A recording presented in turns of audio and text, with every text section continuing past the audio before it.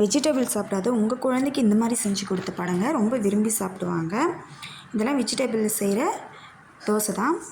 நான் இதுக்கு முதல்ல கொஞ்சம் மூக்கல்ல ஊற வச்சு வேக வச்சு எடுத்துக்கிட்டேன். அதோட பச்சை மிளகா, புதினா, இஞ்சி ஒரு துண்டு, சீரகம் போட்டு தண்ணி ஊற்றி பேஸ்ட்டாக அரைச்சி எடுத்து தோசை மாவில் கலந்துக்கிட்டேன். நெக்ஸ்ட்டு கேரட்டும் அதே ப்ராசஸ் தான். 2 மிளகா போட்டு ஒரு துண்டு இஞ்சி, புதினா இலை கொஞ்சம், சீரகம் கொஞ்சம் போட்டு அதையும் தண்ணி ஊற்றி நல்லா பேஸ்ட்டாக அரைச்சி எடுத்துக்கோங்க. அதையும் தோசை மாவில் கலக்கிக்கோங்க. நெக்ஸ்ட்டு பீட்ரூட்டு அதே ப்ராசஸ் தான். எல்லாத்தையும் போட்டு நல்லா அரைச்சி பேஸ்ட்டாக கலக்கி தோசை மாவில் கலந்து எடுத்துக்கோங்க. முதல்ல நான் கேரட் தோசை தான் ஊற்ற போகிறேன். கேரட் அரைச்சி ஊற்றின தோசையை நல்லா எண்ணெய் ஊற்றி நல்லா முருவில் சுட்டு எடுத்து வேக வச்சு எடுத்துக்கோங்க.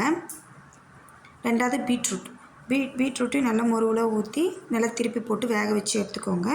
மூணாவது மூக்கல்ல தோசை, அதையும் அதே மாதிரி மூடி போட்டு வேக வச்சு நல்லா எண்ணெய் ஊற்றி திருப்பி எடுத்துக்கோங்க. நாலாவது கொத்தமல்லி அதே ப்ராசஸ் தான். கொத்தமல்லி கருவேப்பிலையும் அதே மாதிரி போட்டு அரைச்சி எடுத்து பேஸ்ட்டாக மாவில் கலக்கி தோசை சுடுங்க. எல்லாத்த விட இது கொஞ்சம் ரொம்ப டேஸ்ட்டாகவும் இருந்துச்சு. என் பையனுக்கு ரொம்ப பிடிச்சிருந்தது.